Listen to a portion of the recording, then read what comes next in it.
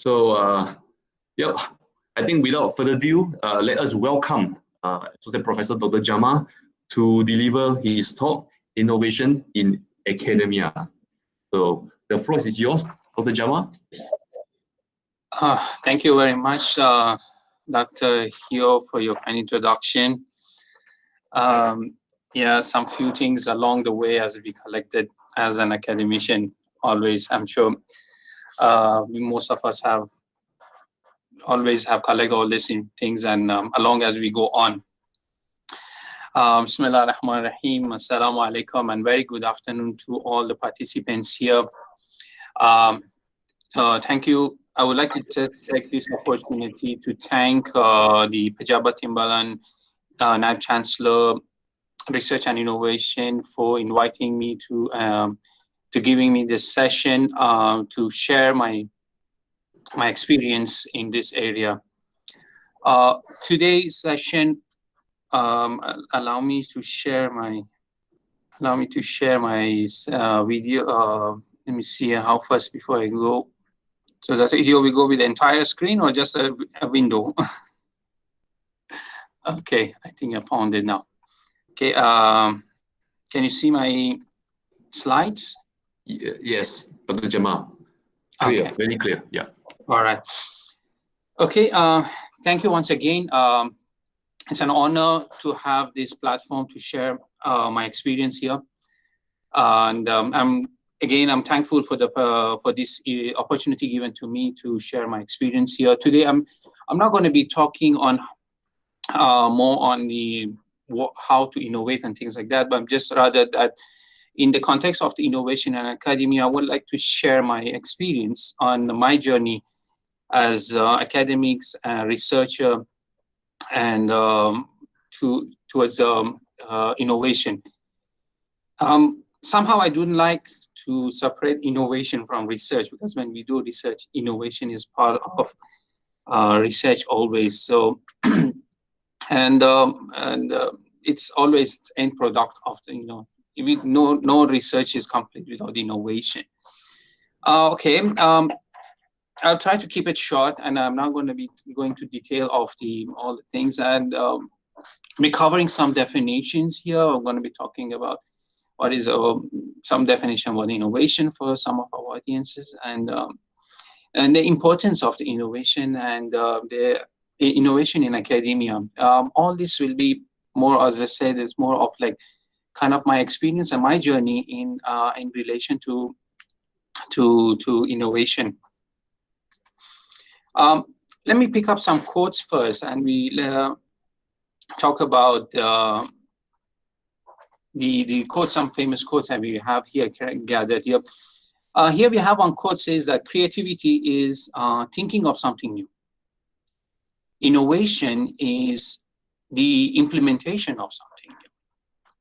All right, so getting this. On the other hand, we have David Burkus explaining innovation as, or defining innovation as rather the application of ideas that are novel and useful. All right, with that, come to our own terms and then of innovation.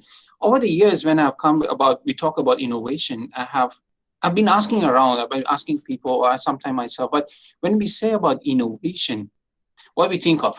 What's the first thing, comes to your mind when we think of innovation? I wanted to do this in an interactive way usually, but now it's not possible at the moment. So, but innovation, when I ask around, when we talk about it, a lot of people think it has to be something novel. It has to be something exciting, creative, useful.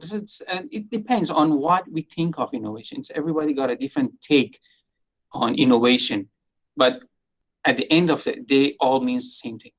Yeah, coming up with something that is as impactful or something that useful, bringing to the life. Okay. Let me put it the proper definition that we gathered from what actual innovation for the terminology's sake. Innovation in its modern meaning is a new idea, creative thoughts, new imaginations in form of device or method. Okay, now this is by definition. Now, what is that innovation means to us as an academic? The digital revolution, it's not only here, it's accelerating every day. Advances in automation, the digitization of information, unprecedented access to the data, and democratization of knowledge are transforming every sector of economy, from healthcare to transportation to energy and beyond. The scope, scale, and ambiguity of these disruption is truly unprecedented. We need to keep up with the everyday changes, and it is coming to us at the lightning speed. We need to be moving quite fast with this. Now, if you look at this slide, maybe look a bit busy here. This one taken from the World Economic Forum, where according to the data from a recent McKinsey study, is that a dozen technologies, including genomic, energy storage, and automation, will drive major economic and social transformation in the next several years. So with the potential economic impact between $14 trillion and $33 trillion in the year 2025. It's not very far from now. The value of these emerging technologies could constitute 1/3 of global GDP.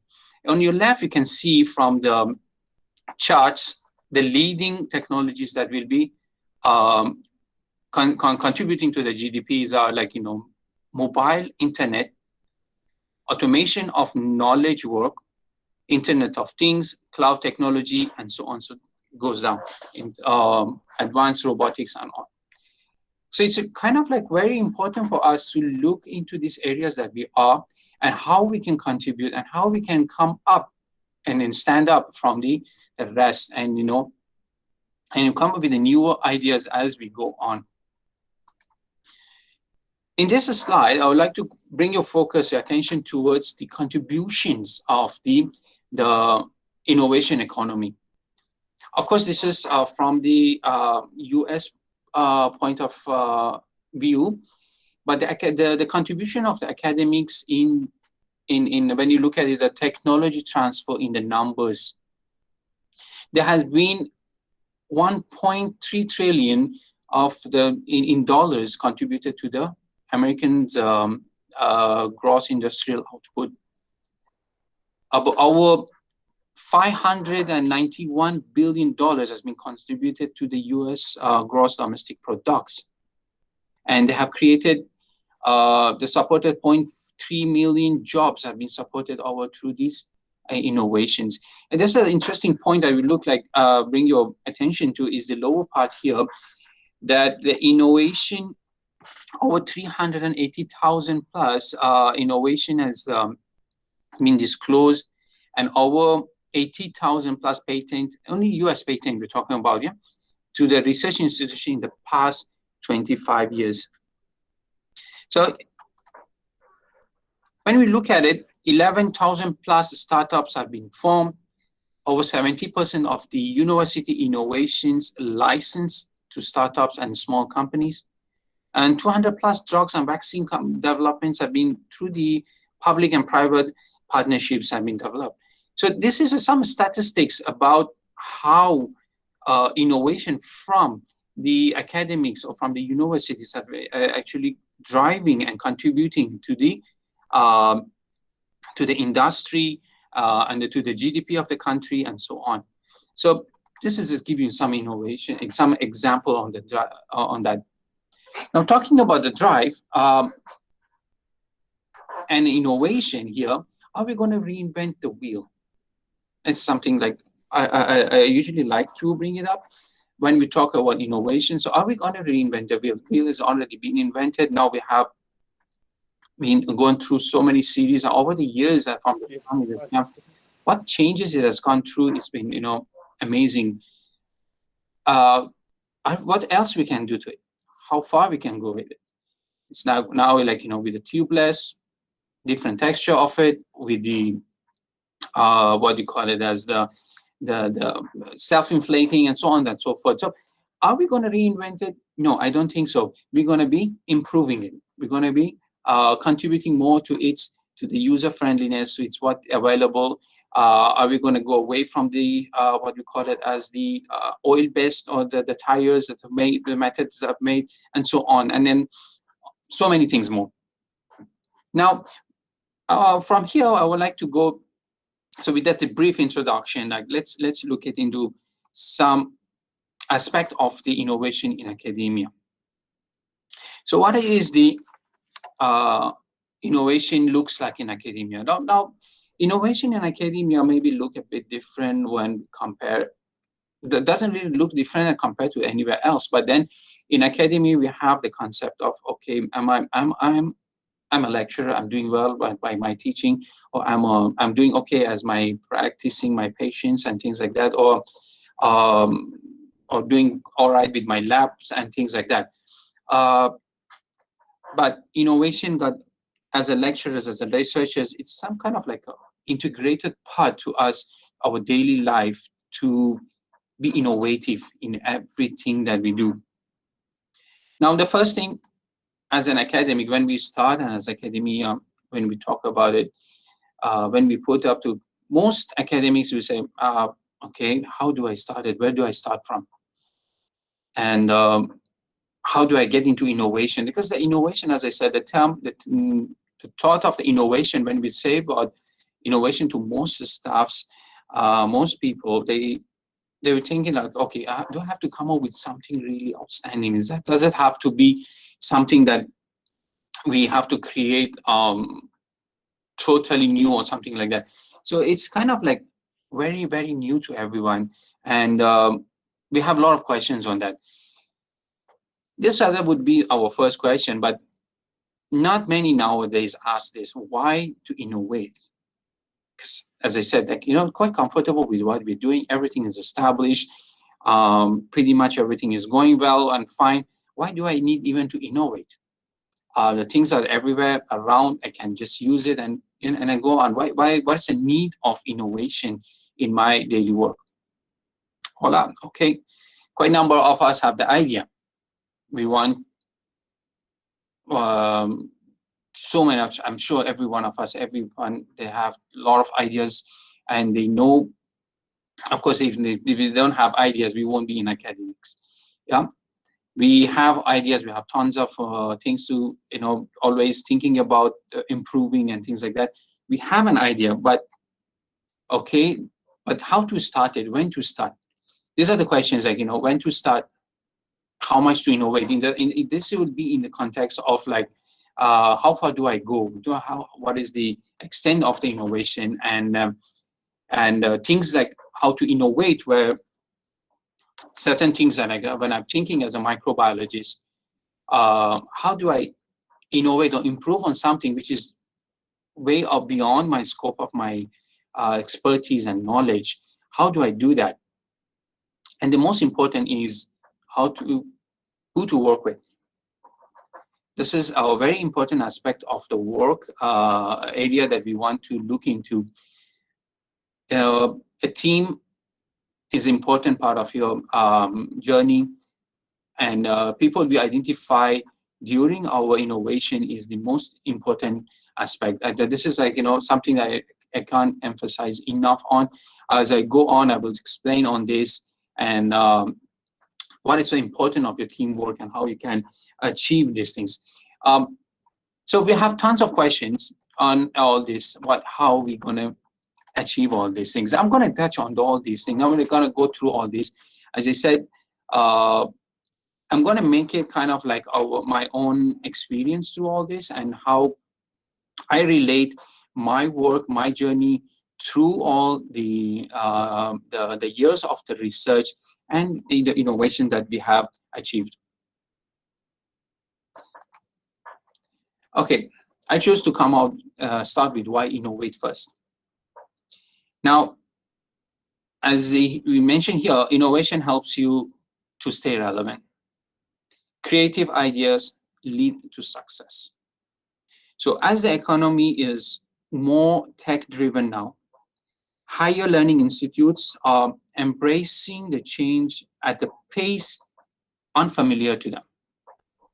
So while the main core and scope of the academicians is educating and cultivating new knowledge to the younger generation, they must also embrace the ever-expanding role in driving innovation and catalyzing economic development. So universities have active role in research commercialization. So hence it's all faculty members, educators and researchers who become the main driver of innovation and creating wealth and breakthrough for their institution. So innovation, I like this to put this word here, the term here we have, that it mentions that innovation would happen not because someone needs to solve our problems, but because we see opportunities for continued improvement, for repair, for refinement, for revolution, and for sustainability. So I think these are enough reasons for us to reflect on why we need to innovate. Okay, now we have enough reasons. As I said, that's not really necessary for us to go on why we need to innovate. And the other part comes as where to start.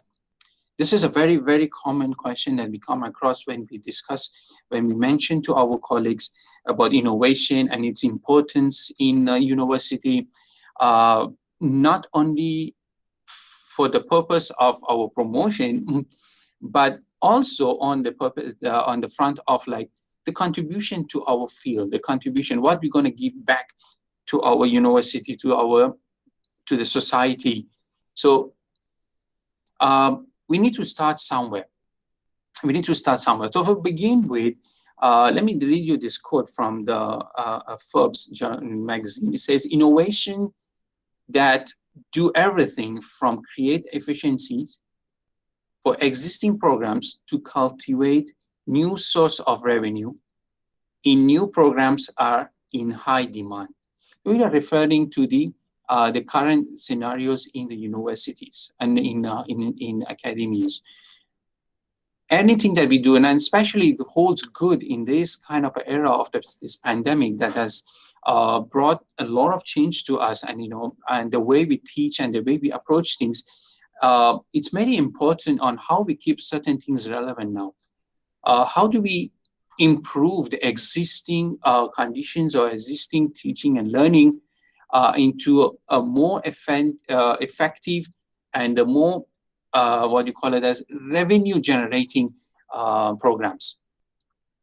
Now, one might be wondering where we can start. So almost in all universities, we can find innovation office, and many of them have established technology transfer office as because like here in UITM, we have Bitcom to help us with those aspects. We have research and innovation TNCs that we can look into those aspects, and even we have our innovation centers in the different faculties to help us to in order to generate our ideas and in guiding us on where to go. It is important to to be in line with the faculties or universities' vision and mission on where we want to reach, and we meet up those to meet up with this the offices in order to help us to brighten our the ideas that we have. So these offices actually, what they do, they help us in realization of the brilliant ideas that you have. They're helping in the protection of the idea for the competency, efficiency, and finance and other related matters. So if we have an idea, if you have something, we don't know where to start, that's the first place I believe we can start. Now, as I said, I would like to share some experiences on how I started my journey in innovation. So let me start with this. As already Dr. Hugh mentioned about this detect, we initially started with a research project where we was screening a large number of samples, and we were looking into the molecular aspect of a detection. And since we were we were looking at RAs and students to depending on them to run this. So every time we need to optimize this PCR work, this molecular work for them to run this project. And then since there was a large number, we were looking for a kit that is available in the market to make it easier for us to look into it and do this. And unfortunately, we couldn't find any. So what we came up with, since this kit was, we needed something that is, we don't have to, for standardization, we needed to have a kit that is, everything is set and the different users can give the same result. So I had to optimize all the reagents into one particular tube. And the other aspect was, since it had to be moved from one place to another, we needed to look at a certain aspect, like, it should be temperature stable. So we work all this and put it together. And this, with the help of a company, we managed to put it together, since we didn't have all the resources here to put it together. And when we first we wanted to run the things, we realized, oh, we have a kit. This kit can be useful to industry, to the wet industry, to the food industry. So we moved on to patent this product and even copyrights and things like that. And this company was agreed to, to even introduce this kit as one of their products. And from there, of course, the rest is history. And of course, this one is still ongoing process. We still have to improve this product as we go on. This is like a few years ago now. This PCR technology may be a bit expensive to run now, so we need to come up with more affordable methods, more sensitive methods, or on-spot techniques to carry on. So it doesn't stop there. Once we create something, this kit has gone through 2 versions by itself. The other product I'd like to talk about, which is kind of been with me for over the years, is the microbiology kit. As a lecturer, as a higher education lecturers, we always have that what we call it as the thing to give back to the society, to provide whatever we have learned over the years, we have to bring it back to the society. So from here, what we used to do initially is to do, I used to gather a few kind of samples from the labs, and then go to the schools and the centers to share with them and teach about the higher learning, and make the application of what they're learning in schools to what they're going to be looking into in universities. So initially, we had a lot of small products I used to carry with me, put it in the kind of like a toolbox, and we take it there. Then I realized it's not very sustainable this way. And every time I have to prepare this product, and since we're dealing with infectious organisms, I couldn't allow the students to touch it, because we're talking about the primary schools, secondary schools, and the pre-university. So it was very difficult to do this. And later on, we ventured into the university's STEM program. With the support of the university, we were going to the many schools now, so we couldn't reach to all of them, and provide a very productive work. So what we did is I gathered everything, and it's from over the time, and I turned the pathogenic microorganism from the petri dish onto the paper, and placed it in the petri dish to replicate the actual organism. So they get the feel of the organism, how it looks like, but it's in a safer environment. So we did the same with the microscopic appearance. And then we added, we went on, I kept on adding things to this, and we had kits. So I have 2 versions of this kit. One is for the pre-universities, and other for the schools and higher school level. And I'll tell you what additional things that we did in this, that the difference is mainly in the content of the book. Initially, when I did the book was very high level. A lot of kids were not able to follow that. So what we did, we improved on that. As I said, this is over the years we have changed it, and made a lot of changes to this, and now to reach to this level. The other patent that I made was this staining rack. So again, all this innovation that we made did come from the necessity, the things that we wanted to do. Based on from that program that we were carrying on, for the higher level of the schools and the pre-universities, what we needed to do is to take them to the next step. We want them to do some hands-on.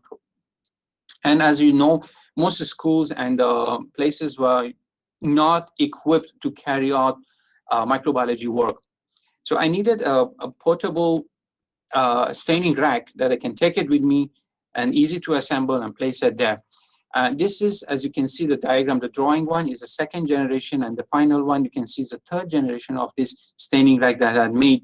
And we took our trials and errors, and we created this rack. And so we just take it there. The students can use it on their own, and there was no issues for messing up their place and dirtying it or anything. So just like connect it to the cube, and then at the end of the day, they can do the process of staining and so on. So that comes again with its own manual and things like that. So this is again another patented product that we have come across. Now, this one, what you see here is the improved version of the microbiology kit. This is actually an AR, augmented reality, augmented into the book that we give for the students. What happened is that we don't longer need us. They need us to be there. They don't need the expert to be present there. But what happened is the content of the book that we were giving them were either too high or too dry for them to follow. As we know, most students, most kids nowadays, they don't like to spend so much time reading. So this one, with the help of my daughter, she came up with the drawing of this. This one, when they zap their smartphone or they take the smartphone on the code, which is integrated into the book, augmented reality video will play back.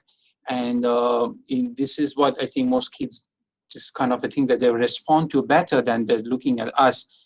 So this they can be, and it'll explain about the organism and things like that. So it will be like a few minutes video. It will give them introduction and things like that. So this is, as I said, this is a part of the improvement of the work that we go. And I consult everybody. I consult even my daughter about these things, like what they feel, what they think about it as in high school. And I get the feedback, and we improve it as we go on. The other thing is about innovation that we do is my students, I always encourage them to participate based on the research that they are doing, conducting the research. I want them to explore what aspect of the work they can improve, the method they can come up with, or they can modify something and innovate in some ways. Not possible all the time, but then when you put that thought in your students or in your research, there's always something to come up. And I encourage them a lot in developing something of their own. So we sit together, I will give them some advice on what has been done or what they can do.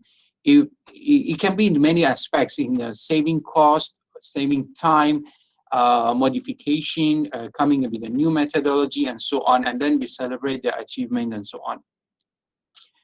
So the whole process of innovation, it starts with inspiration.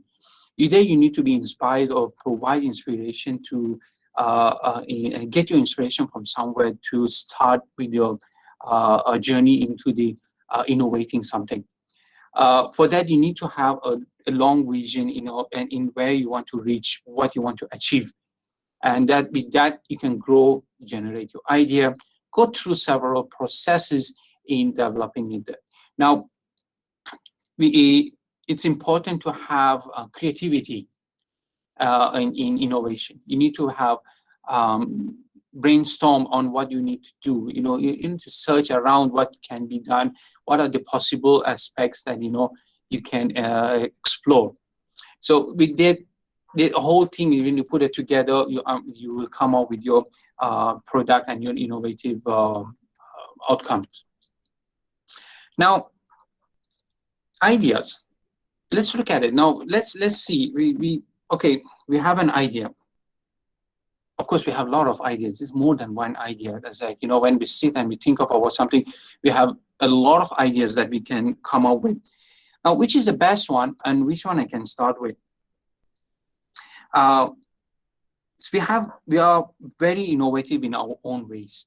So, but the common things that we can look into before we generate or before we embark in the journey of developing our innovation, there's some things that we maybe want to ponder about. First is the problem or the gap.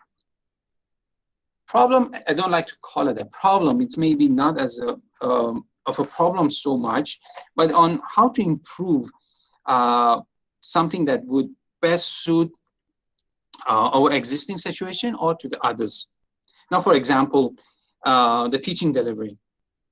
Of course, now with this pandemic, forced a lot of us to an unknown territory of the online teaching, or rather modifying our methods of teaching.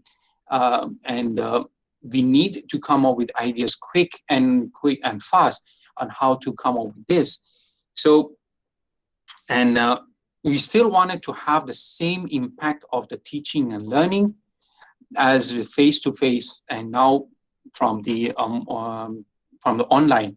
So how do we make that shift? How we make that change? How we make that journey? Now, we identified this problem. We have identified the goal. Now we need to look at how do we fill this gap? Now, we know there are many teaching tools around, many are suitable, but we need to look at it, which one fits our scenario the best. We need to look at the cost, time, user friendliness, and so many other things. So, and we need to look at the outcome as well and implementation. We need to look at both the sides. Now, can the end user possible for them to use it as well or no, and so on. So this is things that so some of the few things I would like to think about, like a ponder on when we have some ideas and how to implement it. Now, so we have how far we're going to go and achieve our idea. If you haven't found it yet, keep looking. It just comes. Ideas only comes if we start looking and we start thinking. Now, this is one aspect, one area we need to look at when and how much. Timing is everything, I think. Timing is very important. Sometimes if you are not fast enough, then the innovation might not be relevant anymore or not suitable for the target group. And the opposite can also be true, So if you are too late, that's, it's not anymore. It's like instead outdated, or there's something better is already there. So many innovations and inventions were kind of like out of their time, and hence they were not used to their potential. It's not that, you can't think ahead. You can't be in future something much ahead. There were many innovations that they have come out with, but because of the lack of the technology during that era, they couldn't achieve the what you call it, the complete potential of that product. But we still can think about the newer ways and better ways. Of course, then others will come in and then contribute to it, and we get the best that we want to. I would just give that as an example of we're making a flying car, but we don't have the proper resources of a proper fueling for it. Just needs, if you want to fuel it, it needs tons of fuel, which you don't know how to fit into it. But then it's the thought at this era, we can't say anymore that we are ahead of a time, but it's there, it's already there. About a day ago, I think a couple of days back, I just heard that Toyota has been testing now the prototype with the passenger in it already flying for less than 5 minutes. It's there, but they're improving on the methods now. To what extent, again, what we want to do, like our innovation, like, we come up with some idea, you want to implement something, like, okay, I want to use the 5G. Now the 5G is coming in. I want to use the ideas based on the 5G for better teaching and learning the methods and delivery. But we forget that not everybody now is still into 5G, not everywhere, the coverage is very limited, and so on. So we need to look on those things as well when we innovating and we coming with our ideas. How to and who to work with. Again, I like to mention about, go through with my experience on how I manage some of my innovations. It's always best to present your idea to your colleagues, friends, or even end users. Colleagues would understand you best, and because most of the time when we innovate is within our field of expertise, you share your ideas with them, and you mentioned that you're coming up with something different, something that can ease up the work, or something that can faster time or can reduce the cost. They can understand you better. And it's always good to share with the third person outside your field as well, in order for them to make sense of it, whether it's applicable to them, to the outside world, or does even if the whole process makes sense. And always is best to reach out to the end user. Who's going to be the end user? Discuss with them, show them the prototype, discuss the idea, show them the end result, what it's going to be like. They will give you more, even better feedback on, like, what your prototype or your innovation would look like. Look around you, look around for your resources. What the resources you have. I mean, in UITM, we have all the resources around us. We have ever-willing faculties to work with, faculty of engineering, with the different faculties of under the engineering, computer sciences, arts and design. There are a lot of eager researchers or lecturers there to help you to realize your idea and things like that. And you can collaborate with them and work on those. Budget and finance is another aspect of it, because sometimes we find it difficult to start without having any finance, of course.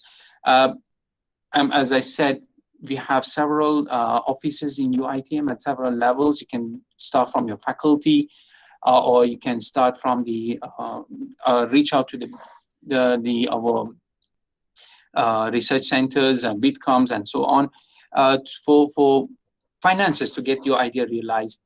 And the team actually is something that I should mention first. The team is the most important part of your journey. With a good team, with a fantastic team, you can go very far. A team, encouraging, a supporting team, you can do wonders. When you have a very good team. I have been lucky so far. I had a very supportive team, a very supportive faculty, and in fact, in iPerform, the motive and the drive is always innovate. You need to think about not only the innovation part of it, and the rest that follows, I will mention later in the next slides. These are, get a good team, work with the people who think alike, even better, to people who can motivate you and to reach your realize your idea. Collaboration is very, very important. Reach out to the different centers within your ITM, within your institution, outside your institution. Make sure you collaborate with them for a meaningful outcome from your product. Now, like as I mentioned, now wherever I started my product, it started as a very basic package that I had to carry some few basic things. This is one of the innovations that I have worked, that I have put a lot of time into it, and it's meaningful to me because I wanted to reach out to the society. I wanted to reach out to others and share my knowledge of the work that I've gained over the years.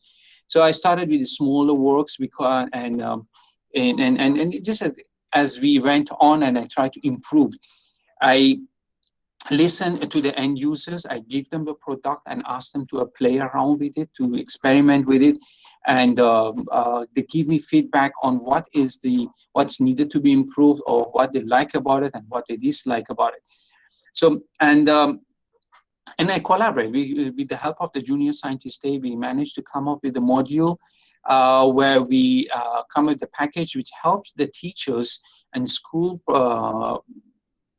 schools to conduct high-level science with a small component that we give it to them without even needing the experts to be there. And they can run this whole program in their campus, in their place, without needing all the hi-fi labs requirement. And make it meaningful, make it applicable. The students can see what is the science that they're learning, how it's applicable to their future and the things they're going to be learning in.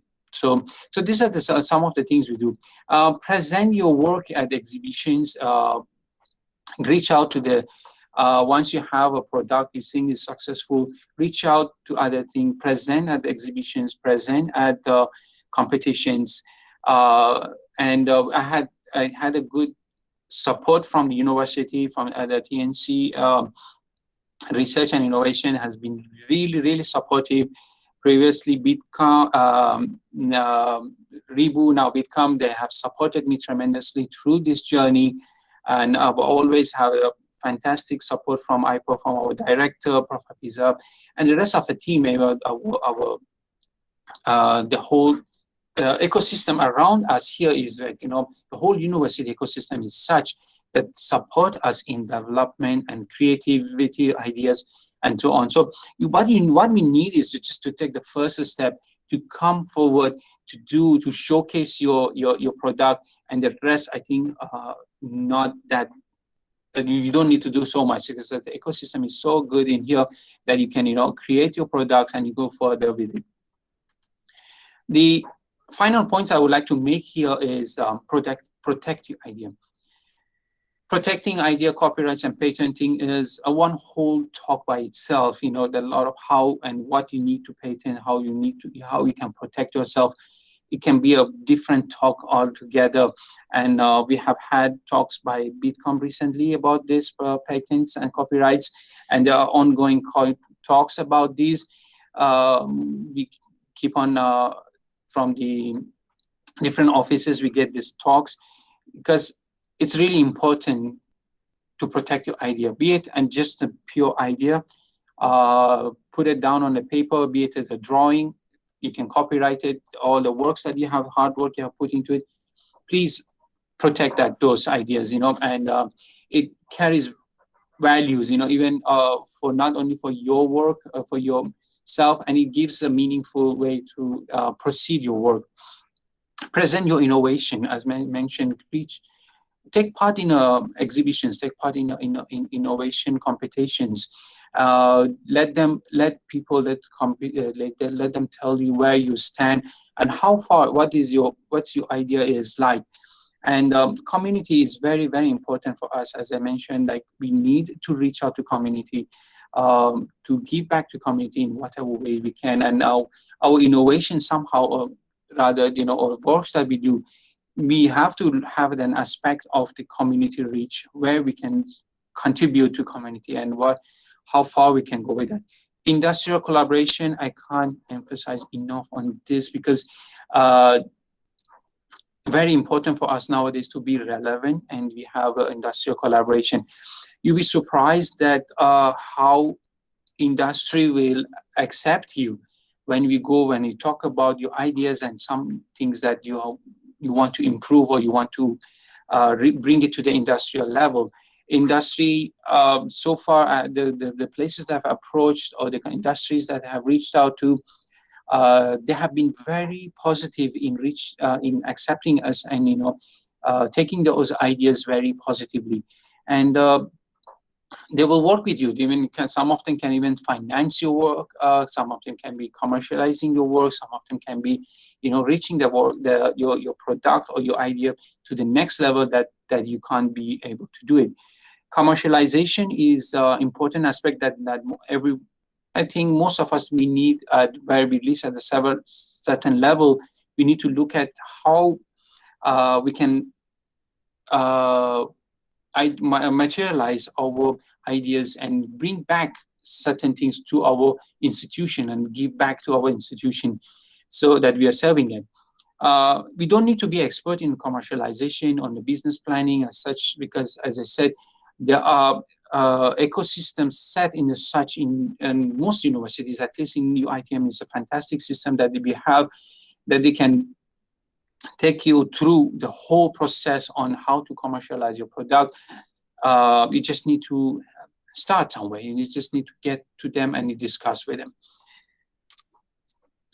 This is some of the copyrights, and I have actually much more copyrights than this I've made along the way.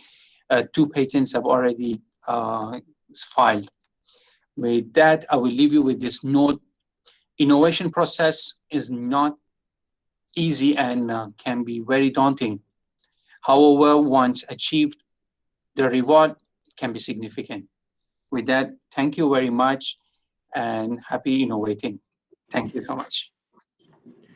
Thank you very much, Dr. Jamal, for your interesting and yet impressive presentation. I must say you have done an excellent job in innovation as an academician at the same time, by looking at the amount of work and the creativity that you have demonstrated to us just now. Yeah. So please allow me to add in some information about Dr. Jamal, because Dr. Jamal is in fact a gold medalist at the IDEX and ITEX innovation competition at the university level as well as the national level. And he also a winner for the eConDev, yeah, for the e-learning, for example, for the MOOC development. And just one last note that Dr. Jamal has actually secured more than 1 million ringgit in research grant, yeah, both national and internationally as PI, yeah, this including the PRGS, yeah, the prototype grant, the FRGS, as well as Synergy, which is a special grant for innovation, right, for innovators.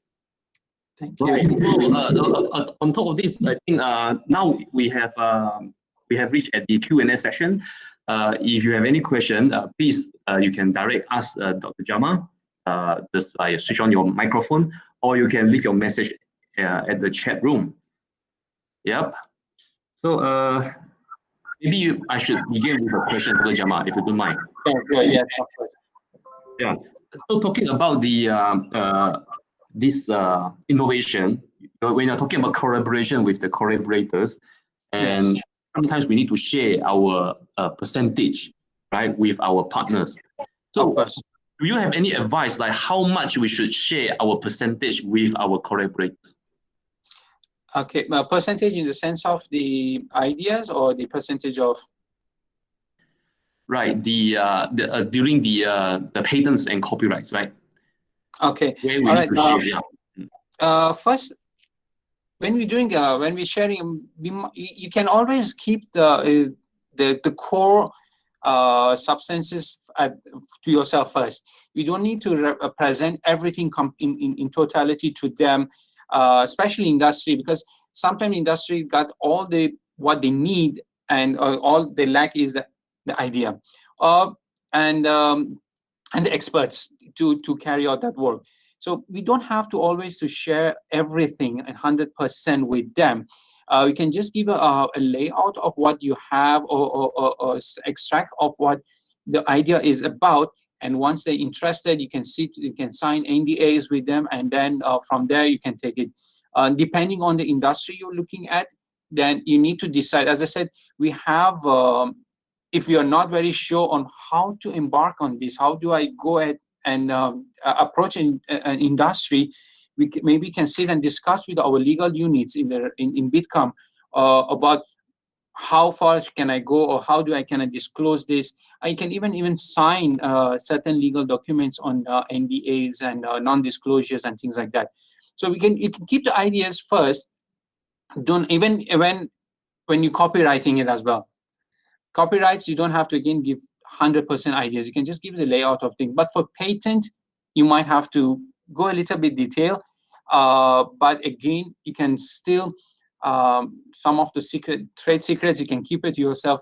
That also doesn't have to be 100% in the patent. As I said, the patent talk would be a kind of like a whole different talk by itself. A lot of things that we can consider on how to approach that. All right. Thank you very much, Dr. Jamal. Any other questions? Dr. Hugh, can I ask a question? Yes, Prof. Yes, of course.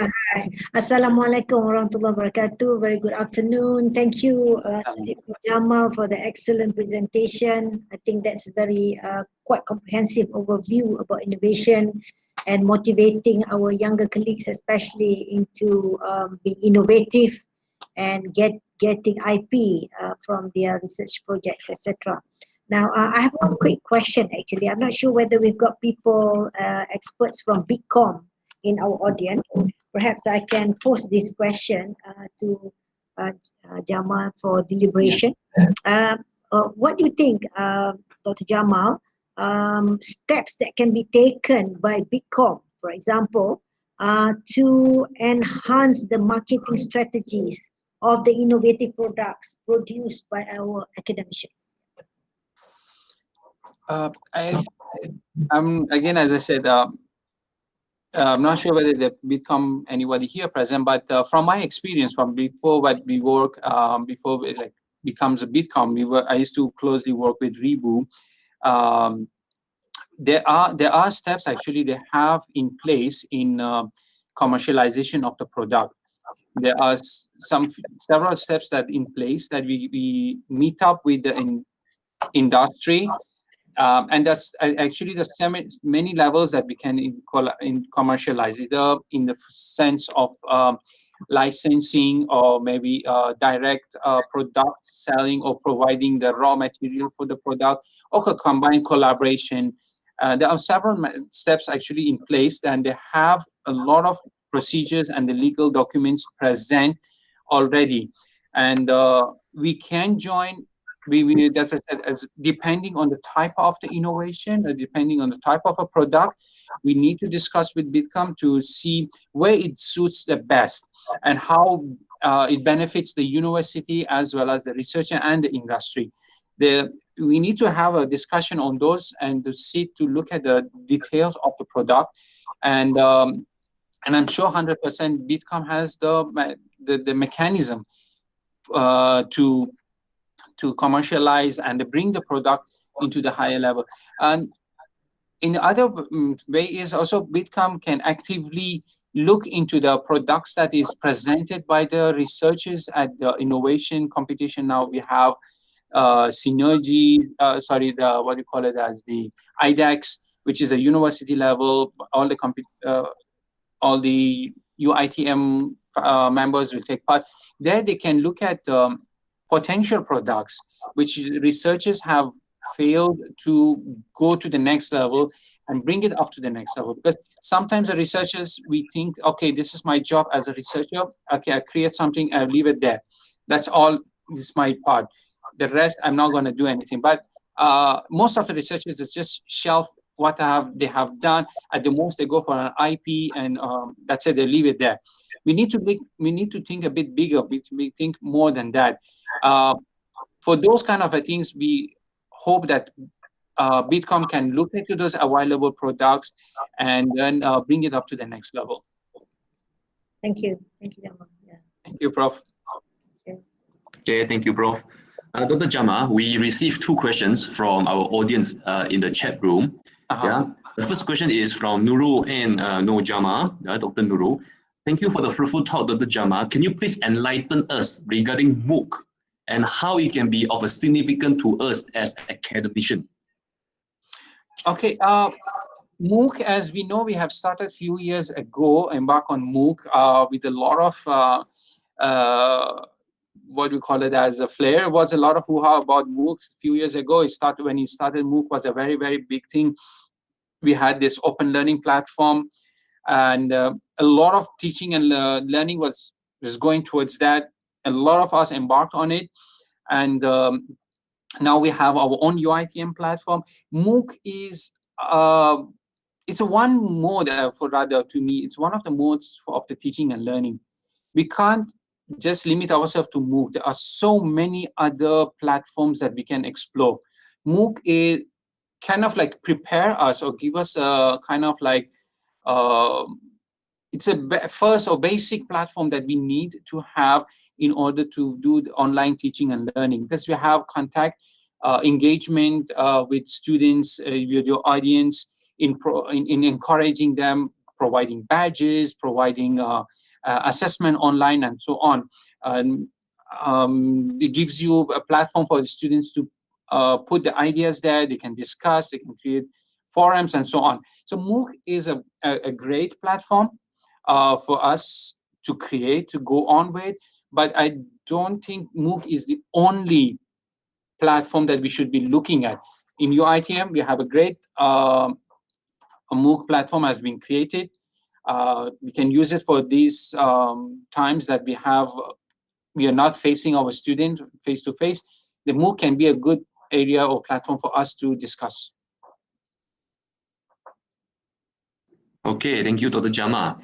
I think we have two more questions from Muhammad Yusuf Masood. Yeah, but because due to time, I think Dr. Jamal, could you please provide a very brief and simple answer for this question? Okay. Sure. So the first question was how to encourage innovations among students. That is the first question. And the second question, any advice that we can approach the ideation stage, like how to generate ideas? Right. Those are two questions from the same participant. Thank you so much for the questions. Okay, just briefly put it this way. Encouraging student, as I said, I always ask my student to look at their work, at what output you can give, what else you can do. And we always give some examples, and maybe there's approach of ideation, maybe you can create a community, create a group, always to, and just have a separate time talking about these things. When how do we can improve this? What we can do about this? What is this situation right now? Or rather, I don't like to call it a problem. What is the situation? What we can improve it like? And how we want to do some work. We want to do an outreach. We want to reach the community, or we want to do. So those, when we sit and discuss with them, we always make them to think, make the students to think apart from what they are doing already. Make them to think about something different. Okay, this is because the proposal is ready, the kind of work we have created. They need to think something else. They need to come up with different approaches as well. So stages we have to create for them as a lecturers, as a society, as a supervisors. We have to create for them. And UITM for the lecturers, there is a fantastic stages are provided, and many Jawangans, many centers are there for us to be like stimulations kind of a thing, to go for the competitions. There's so many competition, and of course our promotions and things like that all depended on that. So those would be the drive for us to lead the innovation. All right, I think because due to time now, I think we have to close our Q&A session. But Dr. Jamal, could you please leave us your email address so that if we have any question, we would like to email you and approach you. Yeah, please provide your email address in the chat room. And because now is 1 o'clock, so I would like to say thank you very much to our speaker today, Dr. Jamal. Thank you for your sharing. And to all audience and participants, thank you for joining us today. So for now, please stay safe and take care until we see each other again. Thank you very much. Thank you for this opportunity. Thank you, Dr. Hill. Thank you, Dr. Jamal. Yeah. Thank you to the audience as well. Yes, yes. Please put your email address. I did already. Okay. I hope. Oh yeah, yes. jamalh@uitm.edu.my. All right. Thank you. Bye, everyone. Take care. Bye. Bye-bye.